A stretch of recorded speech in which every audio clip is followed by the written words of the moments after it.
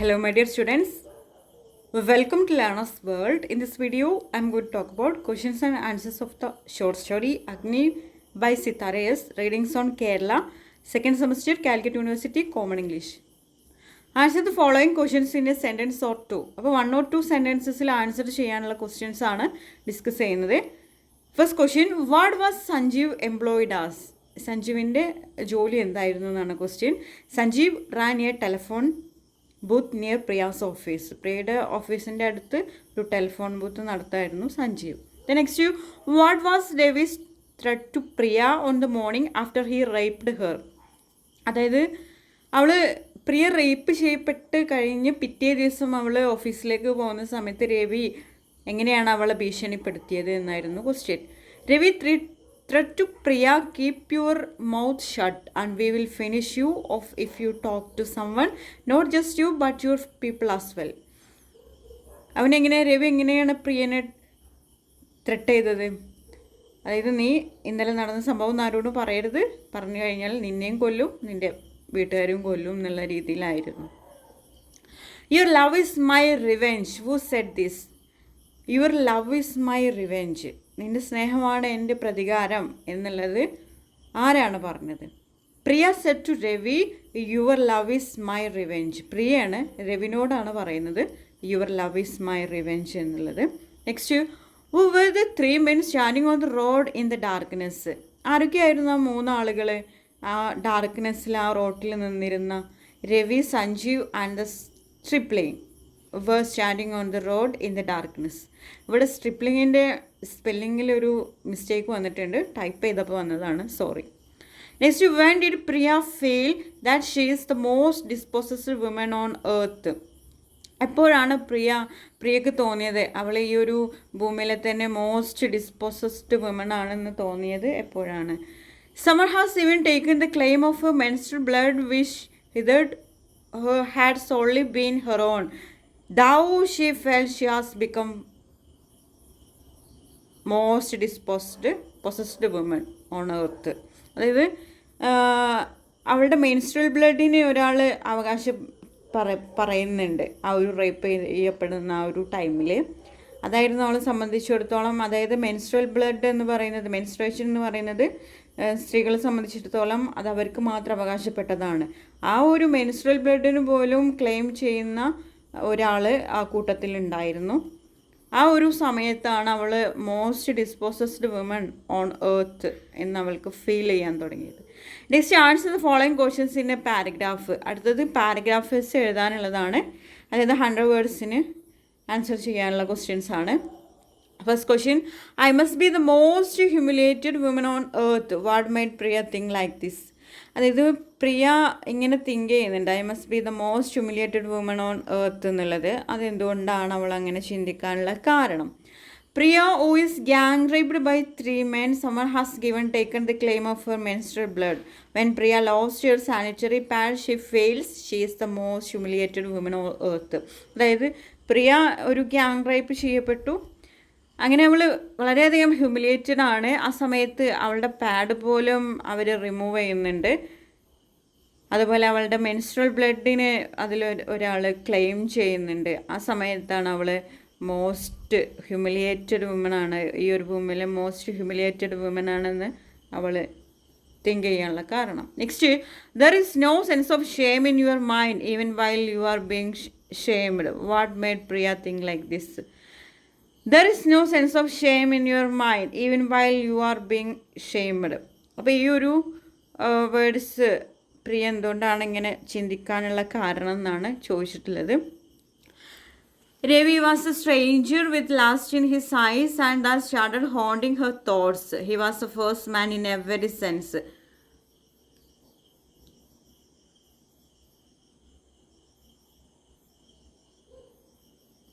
അതായത് രവിയാണ് രവിയിലാണ് അവൾ ആ ഒരു ലസ്റ്റ് കണ്ടതും രവിയിലാണ്, അതുപോലെ എന്നുള്ള കാര്യങ്ങൾ അവൾ ചിന്തിച്ചുകൊണ്ടിരിക്കുകയാണ്. അതുപോലെ എല്ലാ സെൻസിലും രവി ആണ് അവളുടെ ഫസ്റ്റ് മാൻ എന്നുള്ളത് അവൾ തിങ്ക് ചെയ്യുന്നുണ്ട്. It was only later that she realised it was him. When Ravi dominated Priya, that day it was sense of shame that she felt at first. So that Priya think there is no sense of shame in your mind even while you are being shamed. അതായത് അവളെ dominate ചെയ്ത സമയത്ത്, അതായത് ബാക്കി സഞ്ജീവ് വേറൊരു സ്ട്രിപ്ലിങ്ങും ഉണ്ടായിരുന്നു. അപ്പോൾ അവരുടെ കൂട്ടത്തിൽ അവർ ഡോമിനേറ്റ് ചെയ്ത സമയത്തൊന്നും അവൾക്ക് ഒരു പ്രത്യേക ഒരു സെൻസ് ഓഫ് ഷെയിം ഒന്നും അവൾക്ക് ഫീൽ ചെയ്തില്ല. പക്ഷെ രവി അവളെ ഡോമിനേറ്റ് ചെയ്ത സമയത്താണ് അവൾക്ക് ആ ഒരു സെൻസ് ഓഫ് ഷെയിം ഫീൽ ചെയ്തത് എന്നാണ് പറയുന്നത്. അതുകൊണ്ടാണ് അവൾ ഇങ്ങനെ പറഞ്ഞത്, there is no sense of shame in your mind even while you are being shamed. അതായത് നിങ്ങൾക്ക് അങ്ങനെ ഒരു ലജ്ജാബോധം ഉണ്ടാകുകയില്ല, നിങ്ങൾ ആ ഒരു നിങ്ങളിൽ അങ്ങനെയുള്ള ഒരു ലജ്ജാബോധം വരുന്നത് വരെ നിങ്ങൾക്കത് ഫീൽ ചെയ്യുകയില്ല എന്നാണ് പറയുന്നത്. Next, answer the following questions in an essay. അതായത് ഇനി എസ്സേ ക്വസ്റ്റ്യൻ ആണ്, 300 വേർഡ്സിനുള്ള എസ്സേ ആണ്. അപ്പോൾ അതിൻ്റെ സ്ട്രക്ചർ നിങ്ങൾ ശ്രദ്ധിക്കുക. ഫസ്റ്റ് ഒരു ഇൻട്രൊഡക്ഷൻ പാർട്ട് ആഡ് ചെയ്യണം, പിന്നീട് ഒരു minimum 3 body paragraph, then conclusion. How is Priya successful in her small dreams and revenge? Question ഇങ്ങനെയാണ്, പ്രിയ എങ്ങനെയാണ് സക്സസ്ഫുൾ ആയത്? അവളുടെ സ്മോൾ ഡ്രീംസിലൂടെ റിവെഞ്ചിലൂടെ ഒക്കെ എങ്ങനെയാണ് അവൾ സക്സസ്ഫുൾ ആയതെന്നാണ് question. A Sithara's extraordinarily short story, Agni, depicts the story of a girl gang raped by 3 men and the way she protests against this brutal and heinous act. Priya's small dreams in the form of questioning masculinity give her great satisfaction. Just like the flames of fire, she is also burning and brimming in her life. She does not wish to surrender her highly spirited self to those who had taken the claim even on her menstrual blood. Priya is the protagonist of the story. She is gang raped by 3 men, Sanjeev, who ran a telephone booth near her office, Ravi and the stripling.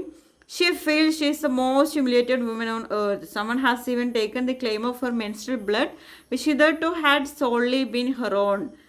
Thou she felt she has become the most dispossessed woman. She goes to the office as usual. She happens to meet the ones who raped her the other day. They warn her not to disclose anything to anyone and that they won't mind killing her and her people. The volley of abusive words was followed by a query by Sanjeev, the first one to rape her. How did it feel yesterday? His smiling face darkened into a scowl with her unexpected reply. You are simply not up to the mark.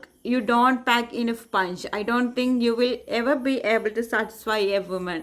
Then she turned towards Ravi. But I liked you very much. You are a real man. Touching his cheeks lightly once and looking from one face to other, both of which were full of suspicion and consternation.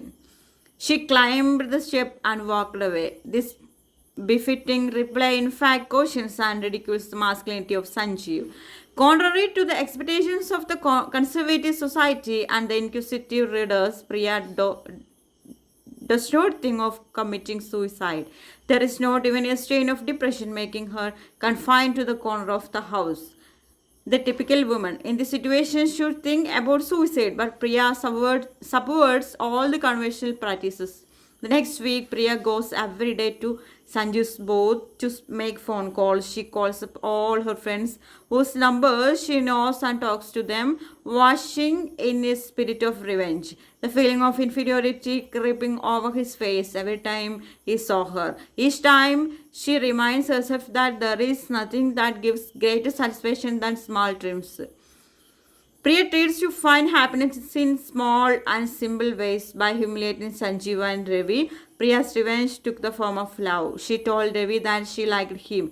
Ravi was a stranger with lust in his eyes and that started haunting her thoughts. She was her first man in every sense. It was only later that she realized it was him. When Ravi dominated Priya that day, it was a sense of shame that she felt at first.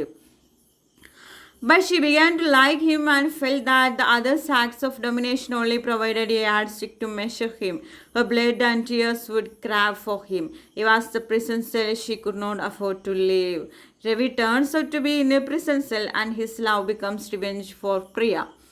Ravi has dominated her or locked up in a prison cell of a physical humiliation. Ravi captivated Priya in the prison cell and she evoked a feeling of love in him. Priya saw the tears in his eyes and Ravi sat watching her smile. Her love is capable of hurting him. Priya has emerged triumphant in showing vengeance in her simple, satisfactory ways. Agni is a story of revenge formed by small dreams. Priya does not wish to surrender. Highly spirited herself to those who had taken the claim even on her menstrual blood. Priya stands as an epitome of a spiritual girl who wishes to fight against all odds with her small dreams and revenge. Okay, thank you.